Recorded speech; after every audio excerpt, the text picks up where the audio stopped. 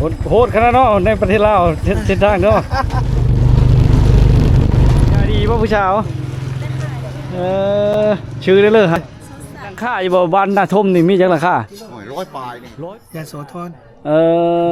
แบบว่ามี FC หลายคนเนาะอยากมาเที่ยวลาวเฮานี่ต้องมีหยังเด้คอยก็บ่ฮู้เฉพาะได้ถาม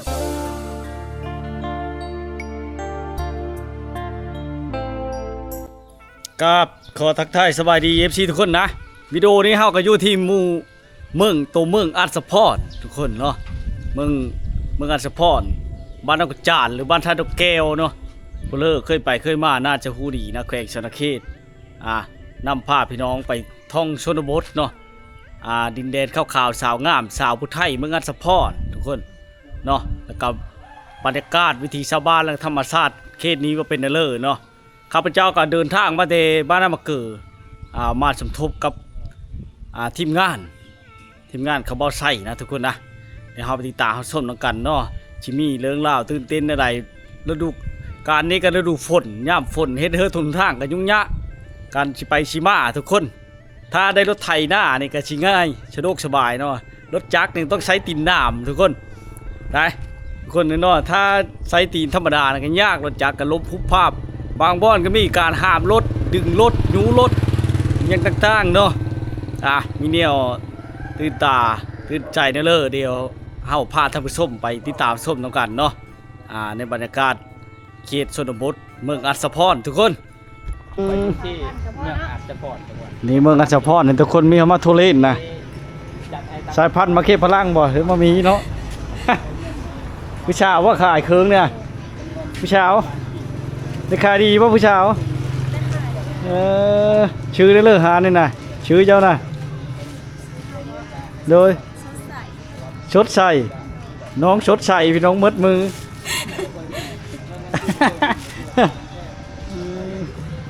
เป็นตาแซ่บเนาะมาไม้หานเจ้าเนาะมาแต่สวรรค์บ่แล้วนี่เนาะมาแต่ฟังไทยบ่พอได้ขายอยู่เนาะ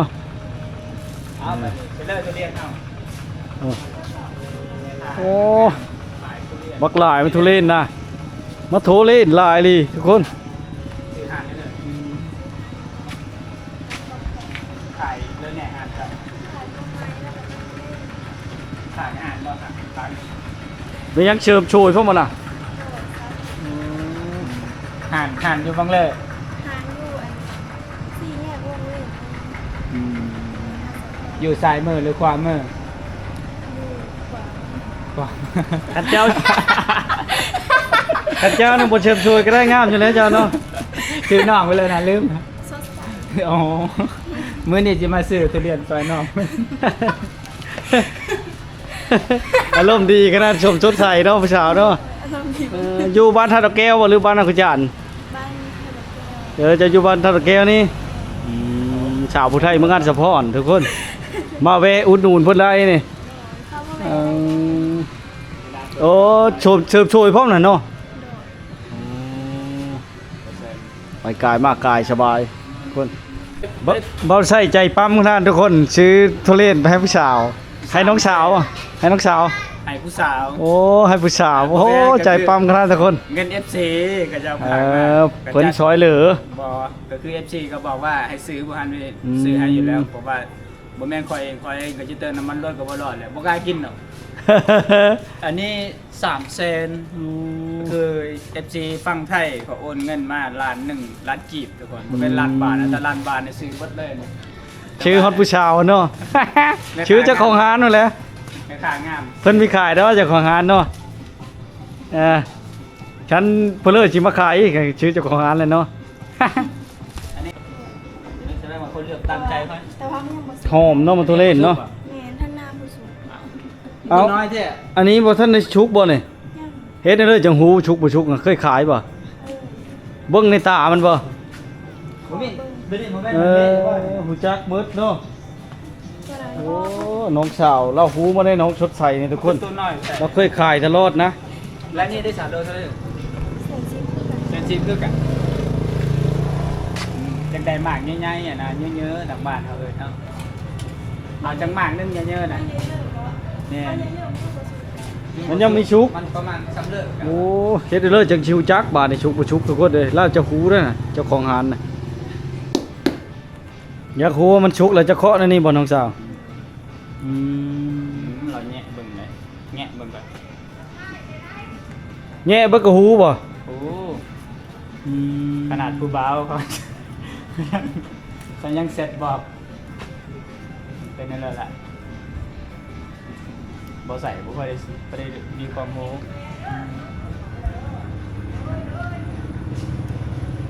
สุกแล้วตัวนี้ เดี๋ยวเอาตัวนี้สร้างกิโลว่ามากอันนี้เป็นราคาเงินกีบเท่าไหร่ทุกคนเอา โอ้ต้องได้ติดข้างในเนาะ นี่ คือจะแพงมาโทเล่นี่มีเคยกินจักเถอคอยจักรสชาติเป็นจั่งเลยครับมีฮู้ บ่แม่นเป็นล้านมั้งอันนี้ เจ้าเคยกินบ่น้องสาว 360,000นั่นแบบ 360,000ตอนนี้รวมทั้งหมดเป็น600,000เอาอีก น้อยเดียวนะเกือบชี้แชนพุ่นน่ะสิฮอดชี้แชนเลย คือในงบที่ล้านหนึงอ่ะมันจะมีจักอันน่ะเท่าใดเฮาสิงบประมาณนั้นน่ะ ราคามันจะขึ้นนั่นนี่เลยบ่ ล้าหงแม่นว่าสิได้จังมาก หานน้องชดใส่นี่ใกล้ชี้แยกนี่ล่ะพี่น้องมาแต่ทั้งตลาดแวะมาเบิ่งขวาประมาณ25เมตร เปี้ยโลดทุกคนเด้มาซื้อโทเล่นนะเพิ่นได้เนาะโทเล่นก็มาฮอดเลยตัวเมืองอัสสะพรนี่สะดวกสบาย โลเท่าเลยจ้ะแสนชิปพันกีบ ตัวนี้300,000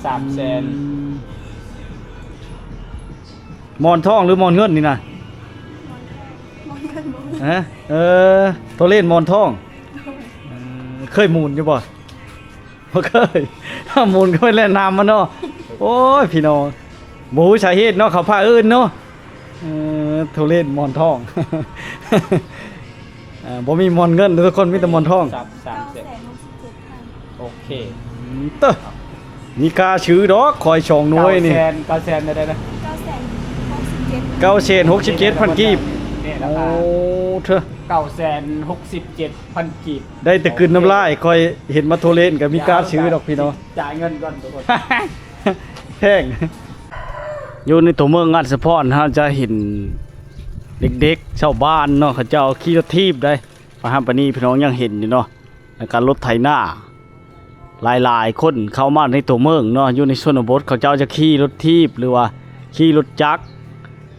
โดยเฉพาะย่ามพลนี่จะขี่รถไถนามันได้หลายคู่หลายคนเข้ามายูรถยูล่างช้อยเดียวเอาออกไปจังน้อยนั่นมันจะเป็นทางแดงธรรมดา มันจะอยู่ในตัวเมืองนี่เนาะตัวเมืองอัศพรนี่จะไกลแต่เส้นทางเลขเก้าเฮามากกับ24หรือ25กิโลเมตรนะทุกคนนะโดยสภาพทางดีเนาะทางยางธรรมดาเนาะทางยางมาต่อยนี่นะทุกคนเลย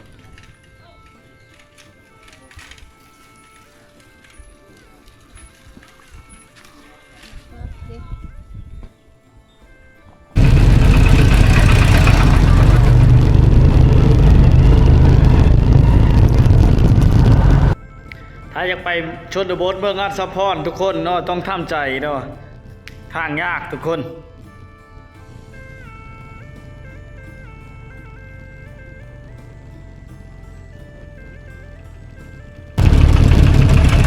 เข้าใจเด้อ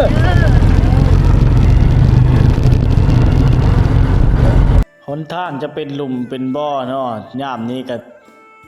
จะเต็มไปด้วยน้ำอ่างทางแล้วก็ขี้ตมคุ้ม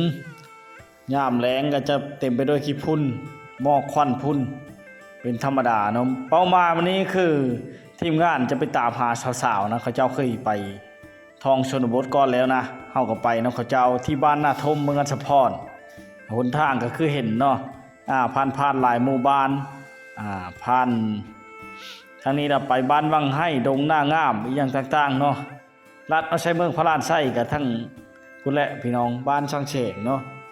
หนทางยากหลายนะเป็นขี้ตมพี่น้องฝนตกช่วงนี้แล้วดูฝนเนาะกับพ่อไปพ่อมาได้อยู่ถึงมันสิยากอะรถไถจะไปง่ายกว่านะแต่ว่าช้านี่แหละวันนี้มีพี่น้องฟังไทยเพิ่นเคยไปช่วยเหลือไม่เท่านึงนะให้เฮาไปนำเนาะเฮาก็ไปพี่น้องลุยเส้นทางเป็นหลุมเป็นบ่อ ใช้เวลานี่โอ้น่าจะโดนนะพี่น้องกิโลเมตรก็บ่ได้จับต้องขออภัยมื้อนี้เนาะบ่ได้จับแล้วก็เลยบ่สามารถเว้าได้ทุกคนเลยสุดยอดหนทางโอ้ลูดอยู่ทุกคนในการผจญภัยเนาะขนาดรถไถก็ยังยากเต็มรถเข้าเมืองนะเขาไปหาซื้อเครื่องซื้อของอยู่ในเมืองพุ่นแหละถ้าว่ามีแนวคาดแค้นคือมาเพชรแป้งโน่ไปซื้อในเมืองเลยกะซื้อไว้หลายๆเลยกะให้มันกุมในฤดูฝนนะทุกคนนะเพื่อไปศึกษาเรียนรู้วิถีชาวบ้านผู้ไทยเขตนี้ว่าเป็นแนวเลิศเนาะนี่แหละคือบรรยากาศในการสัญจรพี่น้องเอ้ยถ้าฝนตกนี่แห้งคักมุนดุยปุยอันนี้ใครได้ฝนบ่ตกพี่น้องเอาฝนตกโอ้ยแห้งกระเตกไปก็บ่จักได้เนาะแต่ถ้าเอาเตรียมพร้อมไว้แล้วมีชุดกันฝนห้องครับสายลุยทุกคนนี่ก็มาสมทบกับทีมงานเบ้าไส้เลยก็เบ้าตุกฟามิลี่เนาะมาแต่ประเทศไทยสกลนครตามการทักถามของเบ้าไส้เฮาก็ยังบ่ทันฮู้คือกันว่าเพิ่นมาที่ทางใดแท้นะแม่นแต่บ่ทางสกลนครยะโสธรทุกคนเนาะมาแต่ยะโสธรคือว่าดินแดนบังไฟล้านพุ่นแหละโอ้ชุดยอดทางเชื่อมสำเร็จกระปุ่นทุกคนเอ้ยนี่แหละบรรยากาศถ้าผู้เลยจะมาชนบทเมืองอัศพรในฤดูฝนนี่คิดให้ดีๆเนาะบ่แม่นอื่นดอกเพิ่นกระแปลงอยู่ทางแต่ว่ามันบ่มีดินแดงดินหยังเนาะมีแต่ดินดะนี่แหละพี่น้องบ่มีดินแห้นะมีแต่ดินแดงธรรมดาแห้เฮ็ดหนทางยุ่งยากหลายบุญลูดรถจักรมอเตอร์ไซค์เนาะไปมาแกงคุณแกงผีแล้วพี่น้องเพิ่นเลิกขับรถบ่ดีได้เมื่อยแน่หิวข้าวแน่พอดีเจิกลงกลางข้างทางหรือว่าล้มอย่างต่างๆเกิดอุบัติเหตุได้ง่ายเนาะนี่แหละบรรยากาศในชนบททุกคนเลยรับหนึ่งคือเส้นทางชุดโหดแวะไปบ้านนาทมนะชื่อไปจะเป็นวังไห้ทุกคนมันจะมีป้ายติดให้เนาะให้เบิ่งในส่งโอ้ยเบิ่งลมทุกคนเลยลมคุ้มค่านี่น้ำจนไผ่เนาะทุกน้ำจนตุ๊บโอ้โหมุนลูดมันบ่แม่นตีนหน้าเหมือนเนาะมันเอายั่งเฮาธรรมดาของเฮาน่ะเชื่อกระต้ารถนี่ก็ได้คำมันนั่นก็ได้ทำมันยะน่ะเนี่ยเชื่อนี่ใช่นี่ใช่รถคอยมันต้องมีเมื่อใดมีฮอตชูปุ่นคอยชนบทกูนี่เข้าไปนะโอ้ยขี้โพด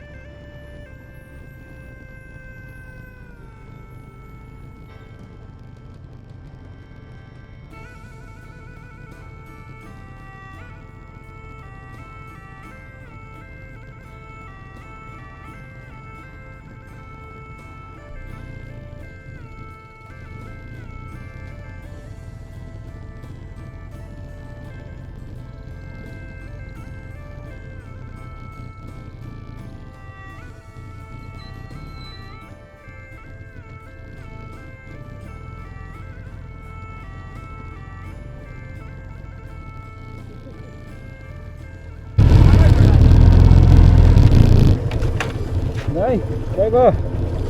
อีกแล้วจังหน่อยโหดขนาดเนาะในประเทศลาวเส้นทางเนาะ โอ้ย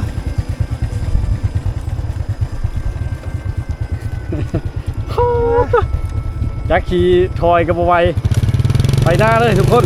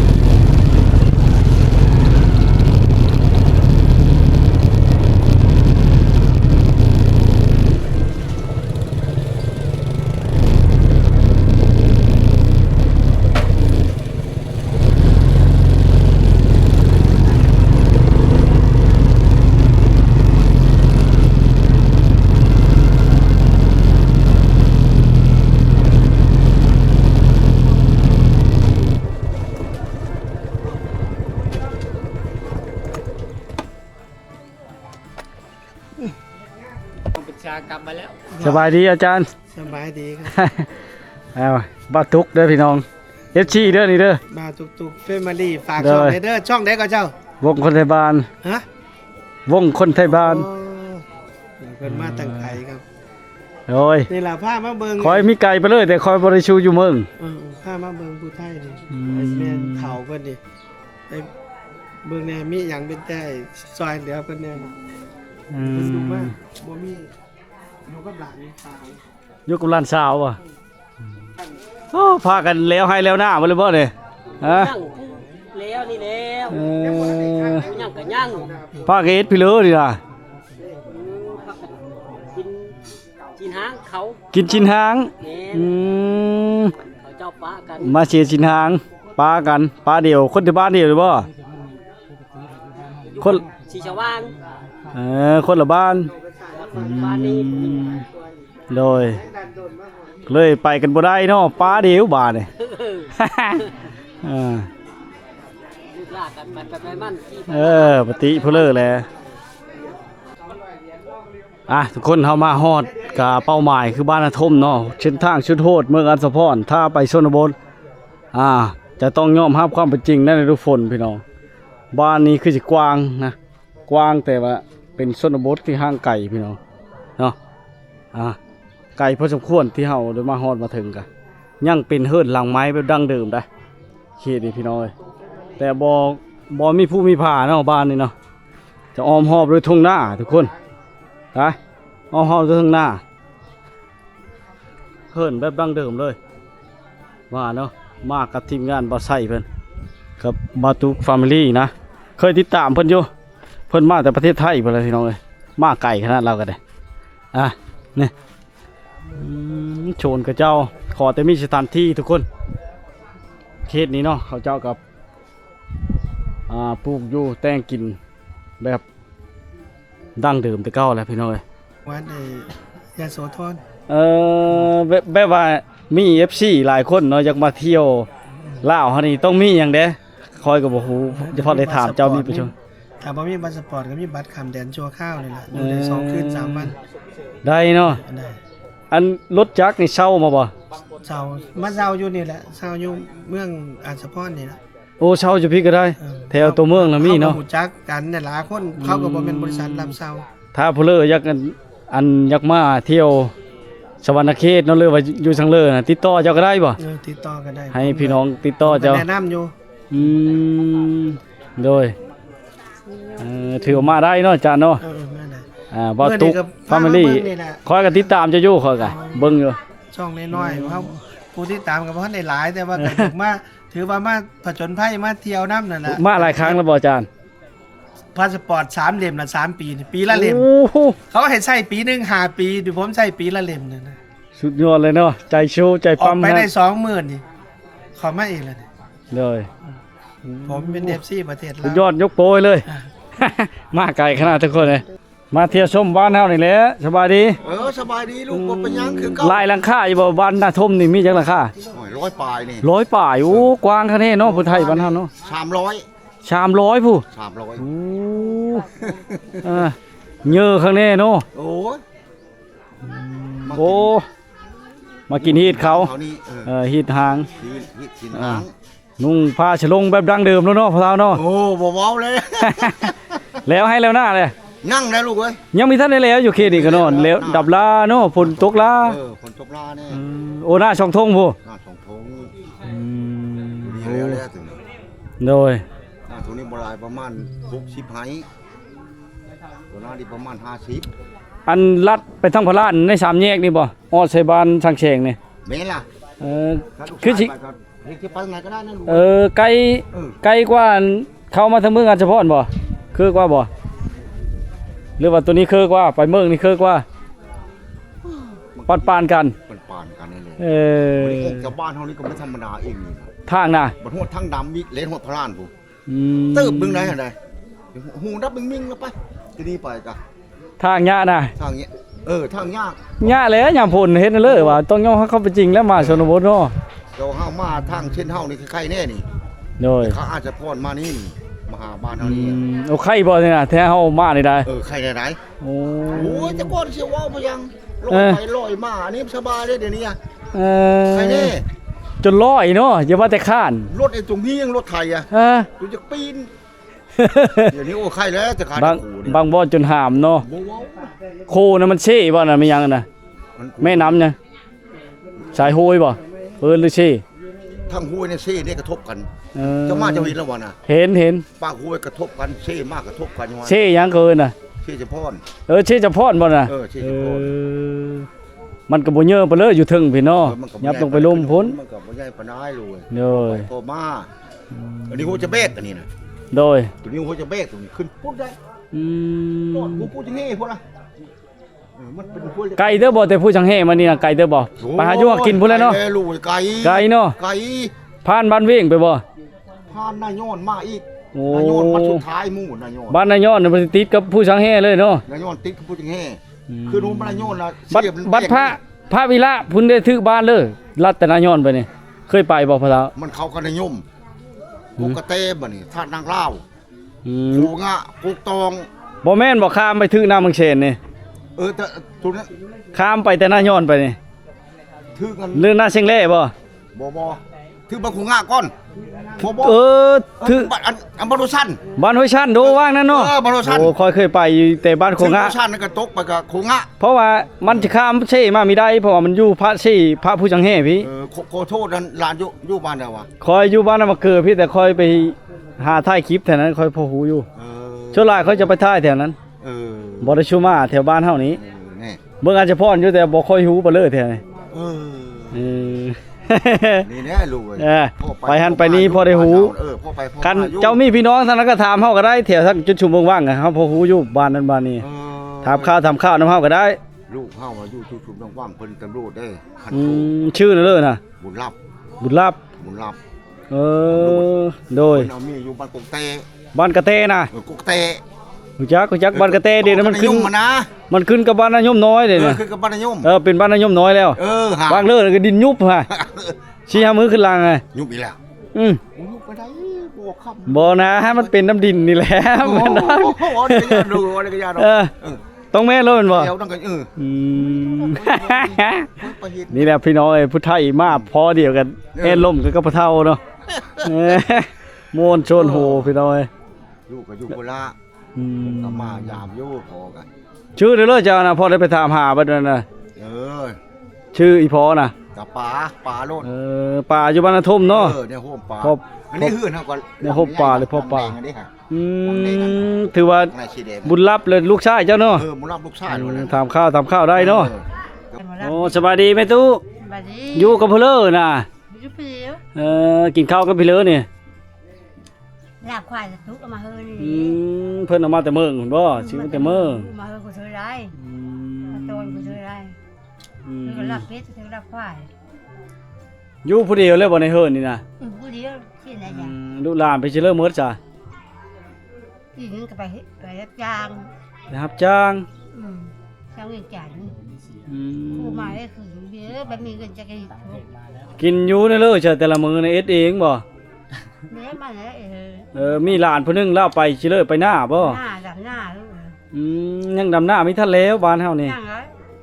นั่งหลายแล้ว โดยชื่อในเริ่มแม่ตู ชื่อเพ่ง แม่เพ่ง เพ่ง กินข้าวแซ่บๆด้วยแม่ตูเด้อย าทุกเห็น มีฮอตไฟฟ้าบ่เฮิดเดี๋ยวนี้นะ ไม่รู้ใครหาคือ อืม นี่ชื่อใดนี่ใครหาเป็นใครของโลก โอ้ยเนาะ บ่มีแต่ห้องน้ บ่มีห้องน้ นึ่งน้ำกันน้ำ ำยากห้องน้ำเนาะ ข้าห้องน้ำกันน้ำบาดาล บ่มีห้องน้ำกับได้น้ำบ่ได้น้ำใช้เฮินเขาบ่ ใช้เผา อืม มีไม่ใช้ แม่ตูเพ่งอยู่ผู้เดียวโชลายกับหลานบ่มีลูกบ่มีแต่หลาน บ่มี โดยผัวได้จ้ะบ่มี หมูกระตายไปละ เสียชีวิตแล้ว อ ก็เลยต้องอยู่คนเดียวแล้วใช้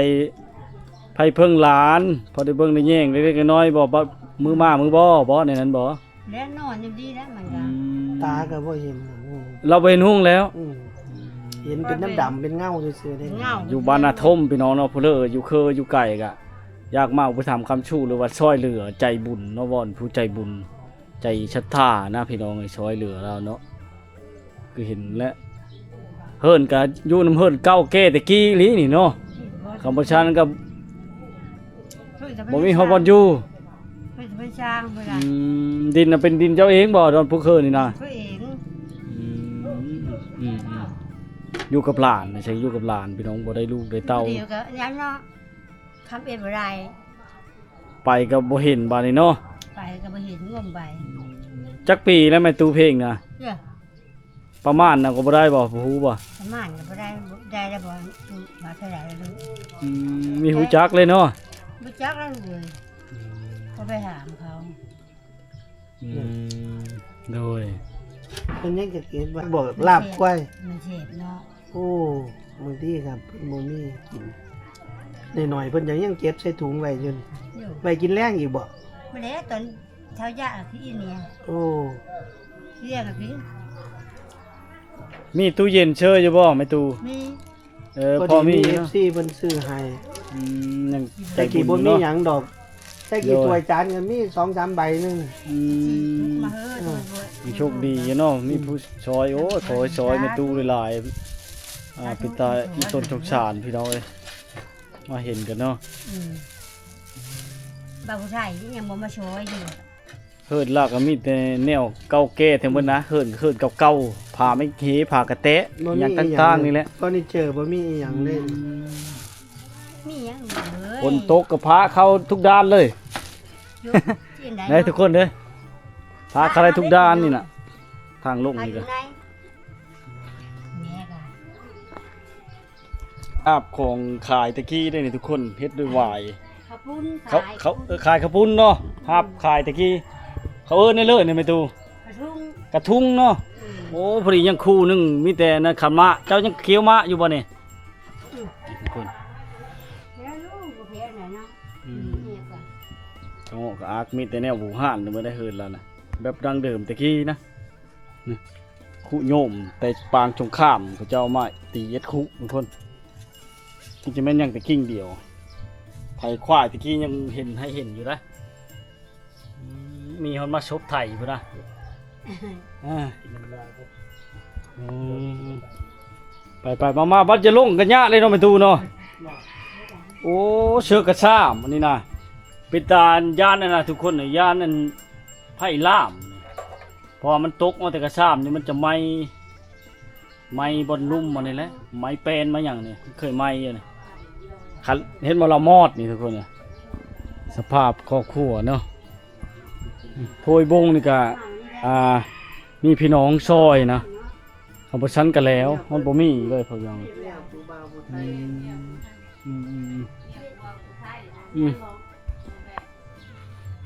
บ้านนี้นั่นยังเป็นดั้งเดิมบ้านเก่าแก่ของผู้ไทยทุกคนมาแล้วจะมิดเงียบเนาะเพราะว่ามาฮอดถึงเที่ยงนะช่วงนี้ก็เขาเจ้ายังดำหน้าบ่แล้วเขตนี้เขาดำหน้าลาแต่ว่าถึงจะเป็นชนบทที่ห่างไกลก็ยังมีเฮิรนก้อเฮิรนหลังไม้เหลาเขามีคูบอลนะ